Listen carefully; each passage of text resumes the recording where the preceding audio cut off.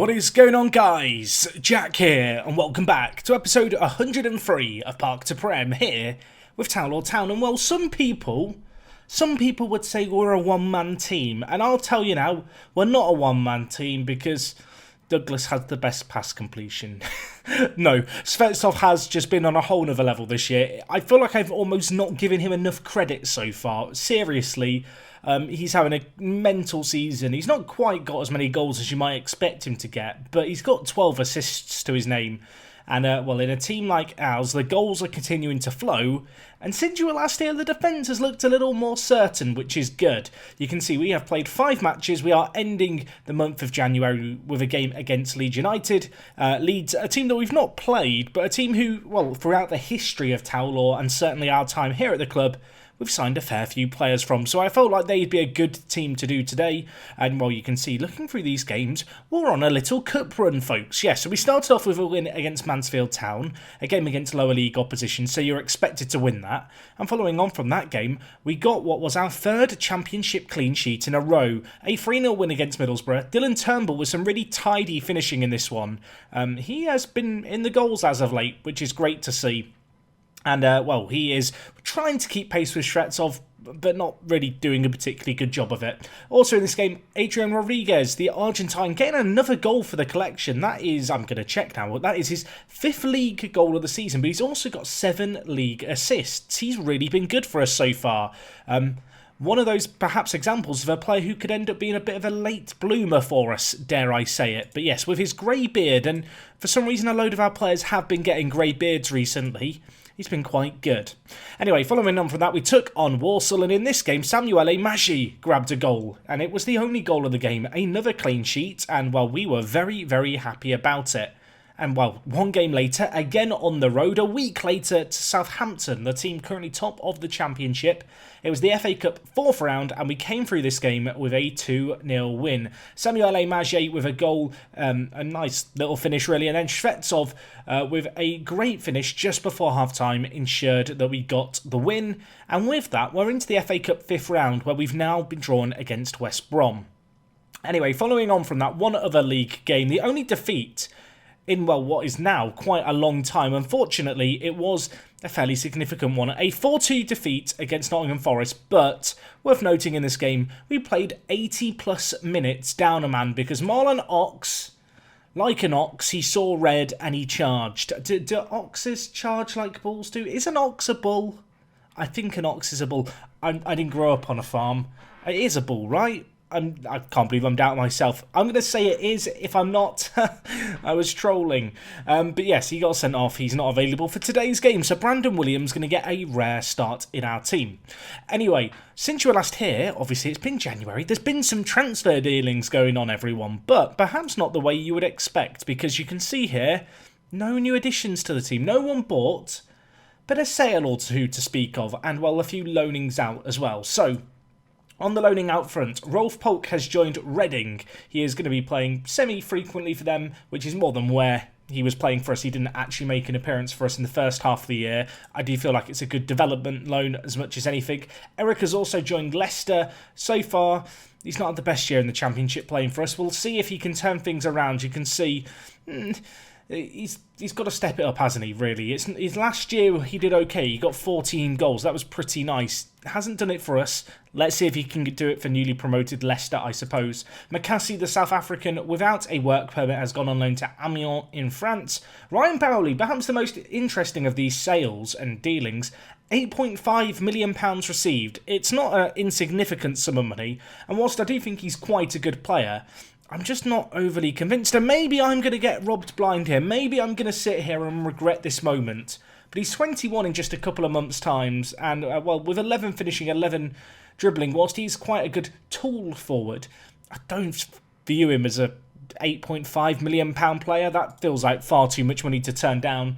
And, well, on top of that, of course, we've got a load of striking options anyway. Anyway, the last of the loanings out is Andy Hoyle, a player who was produced at the Towlaw Academy a few years ago now.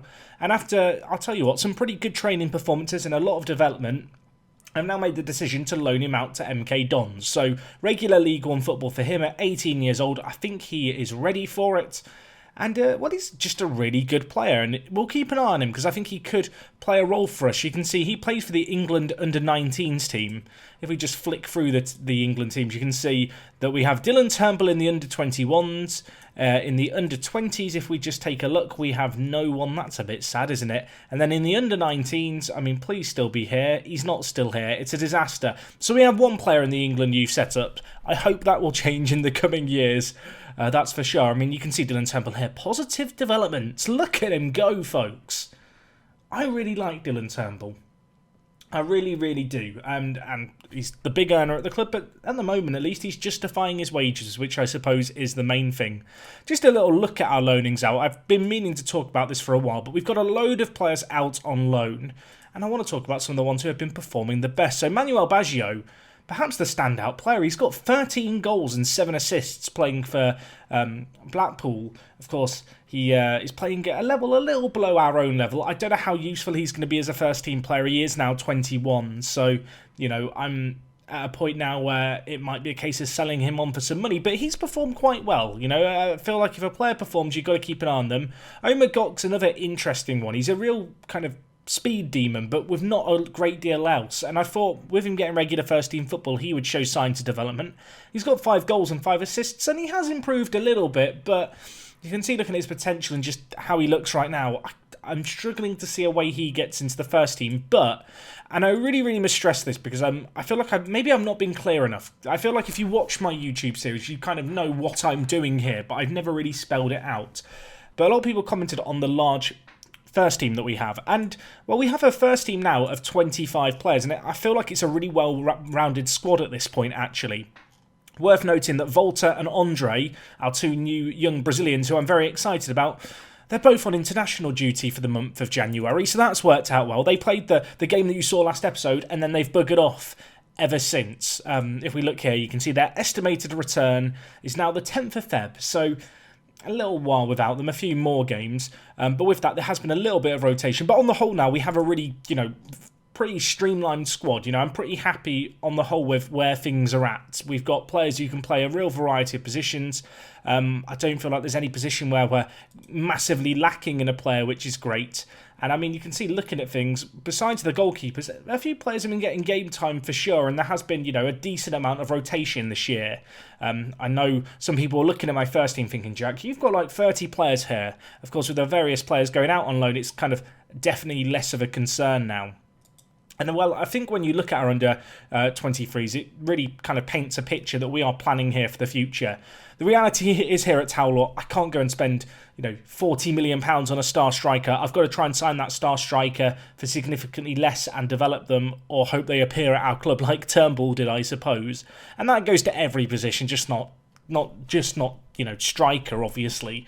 But as part of that, you know, we're going to have hit and misses. It's a shotgun effect. You know, if you can sign 20 players for an average price of £1 million, and of those 20 players, 2 break into the first team, and 5 of them can be sold on for a, you know, combined total of, say, £4 million each. Suddenly, you've made all your money back and got 2 players in the first team. And given our club, given our philosophy of signing players young and selling them on for profit, it's just kind of something that we have to accept and do. So I am keeping pretty on top of things. Obviously, you can see, I hope that there's lots of familiar names towards the top. Matasevic, definitely the player who I'm most excited about. You know, a product of our academy, capped for the Bosnia national team, playing regular championship football for Northampton. He's got 7 goals to his name. And he's improving a lot as well, which is obviously superb. Behind him, you've got Eric, we've got McCassie, Darren Budd, who is never going to hit his potential, if you believe his potential is as good as our staff think it could be. But no, on the whole, things are going quite well. A few other players who I feel like we need to touch upon. Diakite, not the craziest of loan spells at Walsall. You can see he's playing every game, though, which is the main thing.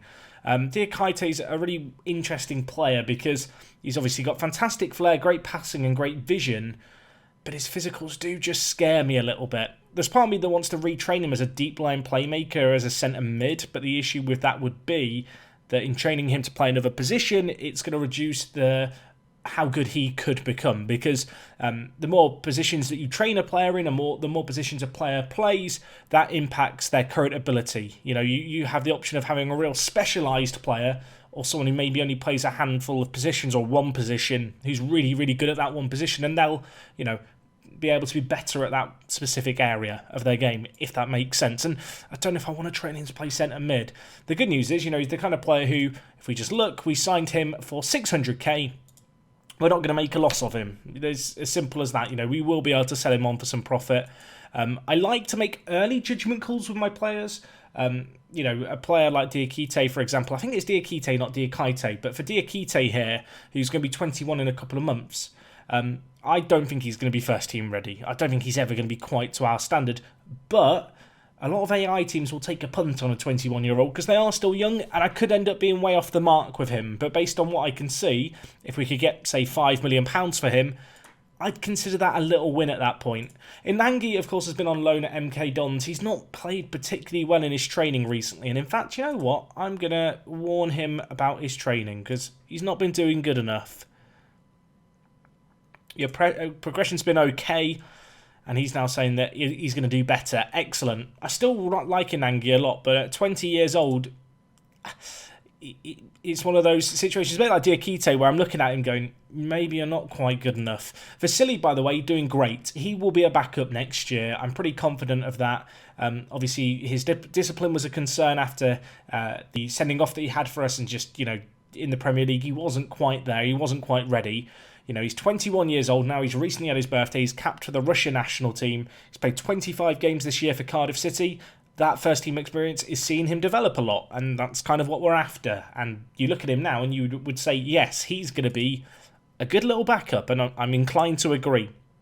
A few names here that you might remember. Players like Garrido was really, really hyped about this guy a couple of years ago. He was actually playing in the first team a fair bit. He then actually, a couple of years ago, well, I say a couple of years ago, it was actually last year, 13 months ago, he broke his ankle and was out for 4 months, and that really set him back, particularly for a player who does lean a lot on his physicals.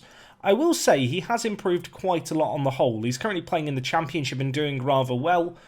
I mean, if we just look here, we signed him for 600k. He's now valued at £3.1 million. So it's money at the very least. And in terms of improving the club's value, in terms of improving the club's finances, being able to do this is going to be essential, because we're not going to ever have an 80,000 seater stand like the big Premier League clubs. We're not going to have their kind of, you know, sponsorship budgets in the immediate future. The best way that we can make money is to bring players in and sell them on for money. And that's very much the route that we're going down here. But anyway, there are a few of the players to be excited about. I feel like the obvious one is Matasevic, but Ignatovic as well. I think those two, definitely expect to see them in the first team. They are both, I think, ready to at least be backups come next year. But at the same time, they're doing so well that if we were to get promoted, there is a part of me that thinks maybe I should just leave them in the Championship for another year.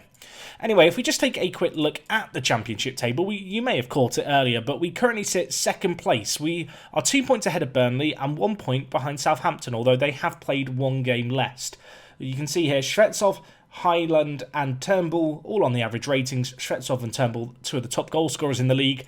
And if we just look at the season preview, this is very nice viewing, isn't it? Drink it in, soak it up. Ox, Maggi, Lazarus, Highland, Turnbull, Shvetsov. Yes, we have six. I can't count. This has been a recurring theme this week with this the most recent episodes. We've got 6 players in the Media Dream 11, and we are now the favourites for promotion. And that wasn't the case at the start of the year. And all of these players were here at the start of the year. And I'll tell you what that is. That is them developing. That is them building up their reputation, them getting this regular first-team football, and really kind of thriving off the back of it, which is great to see. And hopefully, you know, it's going to continue into the longer future.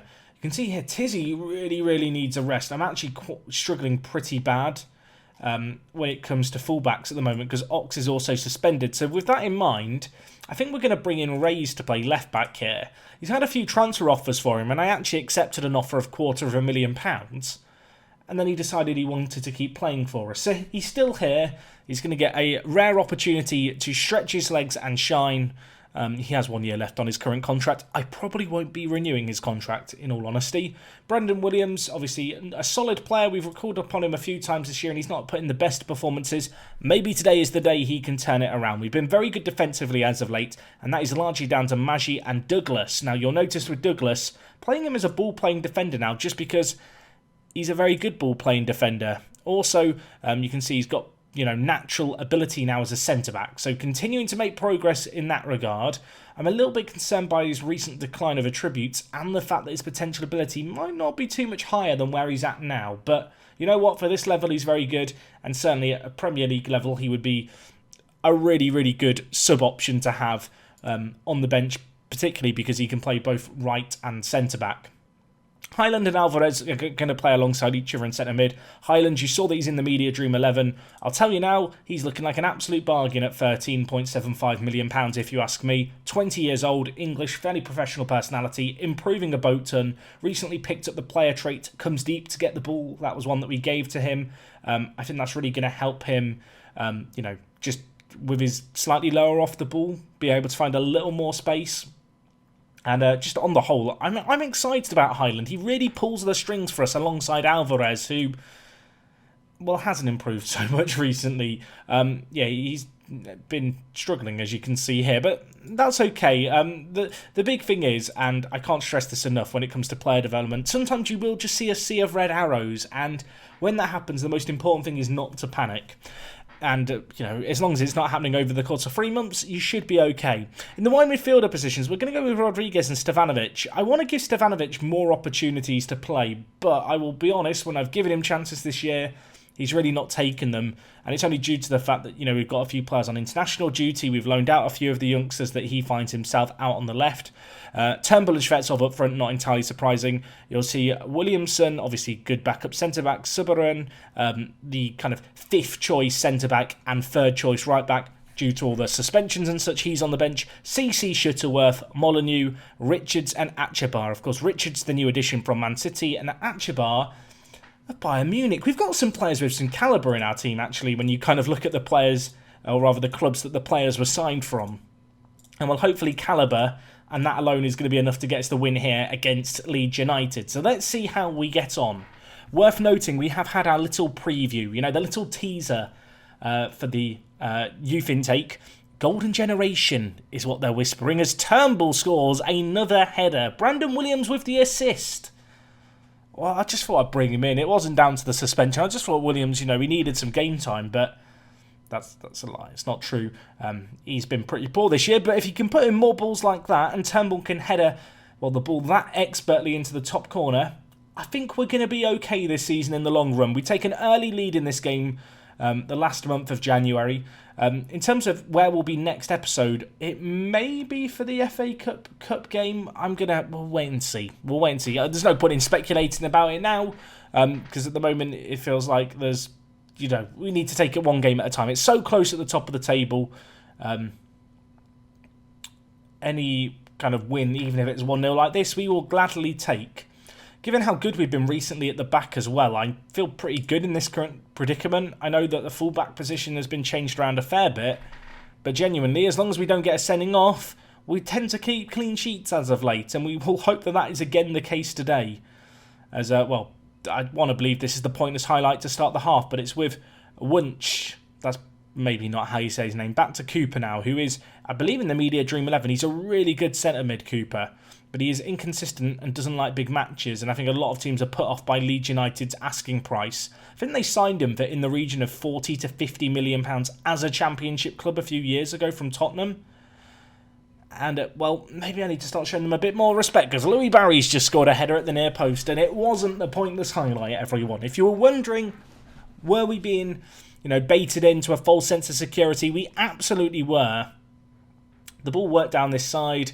I mean, it's Brandon Williams' wing, and he allows the player to pull the ball across.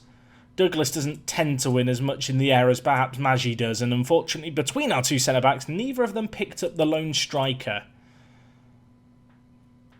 I really want to believe that Stevanovic is going to just put in a massive performance as one of the more senior, experienced members in the team, but I don't want to say he's been a dud, but I do feel like he's the kind of player who, if I got an offer of £5 million for, I might be willing to take it with some of our younger players coming through. Anyway, Shvetsov here, out in the wide areas, bringing it across, switches it to Mr. Nobody, but it comes to Douglas, who has a pass on him. What kind of pass can he unleash here? He goes to Alvarez, now with Maggi. Building it out from the back. We've been playing some really nice football lately. Let's hope we can have a really nice passing move that ends in a goal here. Williams whips in. Turnbull heads it down. Stefanovic, I mean, a good effort on goal, to be fair. I can't throw him under the bus for that. Janok with the stop for Leeds United. And I think approaching the hour mark, it might be time for a sub or two. But, well, first we'll let this highlight play out. Can we deal with this? Dylan Turnbull working his socks off to get back there as the striker and preventing the ball coming in. I'm going to take off Stefanovic and Rodriguez. So we're going to bring in Achibar on one wing and Nicky Richards on the other. We're going to bring in two of the new additions to the team. And I know for some people, the hardcore Towlaw fans, Shuttleworth and Molyneux, not getting the nod here to come on off the bench may be considered blasphemous. But times are slowly changing.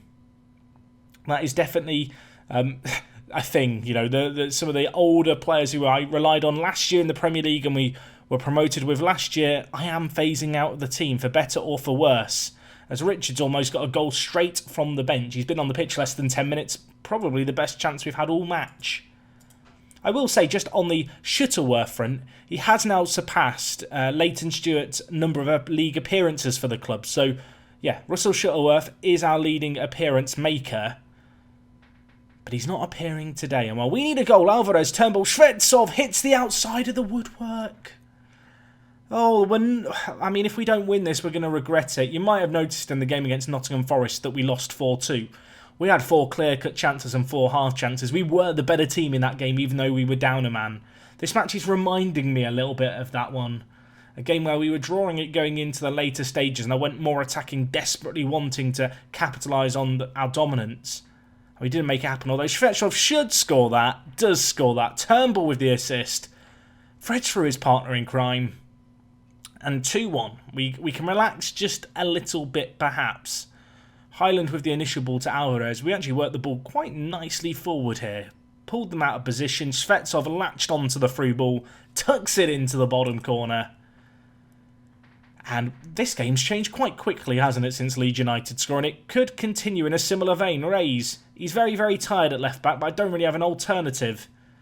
Gives the ball away to Hughes, who now plays it forward to Barry. That vacated space that the left-back was in, now being exposed. Maggi doesn't make a stop. I'll tell you who does make a stop, though. Who was it? It was Alvarez, who now kills someone in the crowd with his clearance. He kicked that ball with anger, did Alvarez. And I would too, because Reyes at left-back was blooming awful there. We've got one last sub in our back pocket. And you know what? Alvarez, unimpressed. CC, get on the pitch, my little Croatian friend. CC has had a few loan offers for him in January, but I kind of view him now as our 4th choice centre mid. At least when Andre's around, of course, he's away on Brazil national team duty. So I do need to keep CC on the pitch and in the squad, despite the loan offers that we've had here. As Maggi, oh my word, you've been bailed out, my friend. You better buy Morrigan a beer after that. Shocking back pass by the centre-back. But he was saved by the keeper. And while we could be on attack here, Turnbull hits the woodwork. That is now twice that the frame of the goal has denied us a goal. It could have been a few more, really, couldn't it? This 2-1 result that it currently stands at. There is still 2 minutes left in this game, and I don't want to panic. I don't want to induce panic, but they're... Okay, well, they were breaking through, but I think he either got injured or he was offside, and then the game just ends abruptly because end-of-game highlights are no longer a thing in FM20. A 2-1 win, though, it's an important win. We needed that after the most recent defeat. Hopefully Burnley slipped up. Did they slip up? That's now what I'm wondering. Did they slip up? Let's go to the competition screen and the championship and take a look, shall we? Where are you, Burnley? Where are you? I can't see them. Burnley. Did they not play? Am I blind? Please help me. They didn't play. Well, okay. Do they play tomorrow? No.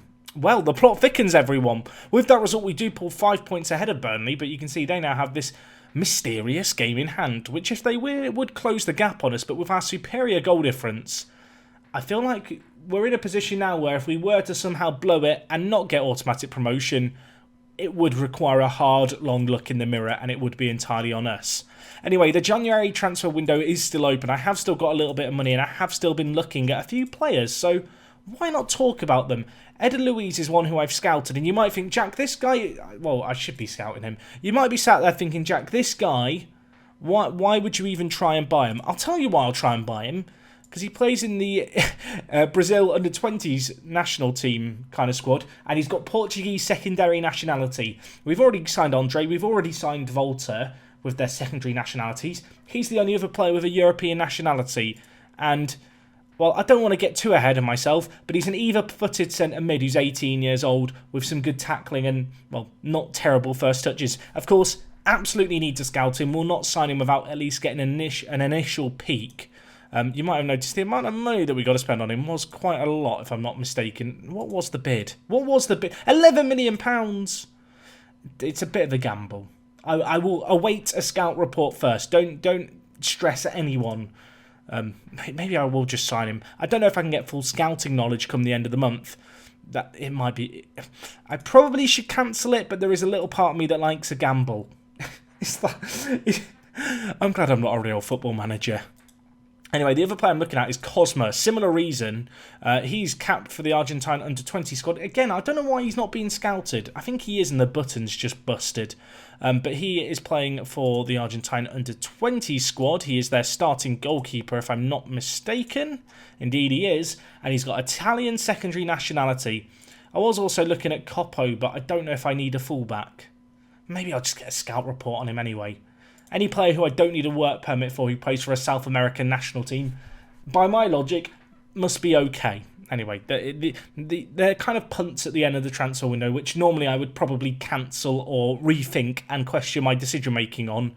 You've caught me here because, well, I'm scouting them now and looking at them now without having scouted them, and you guys have now seen that I'm looking at them, and I can't really play it off any other way than...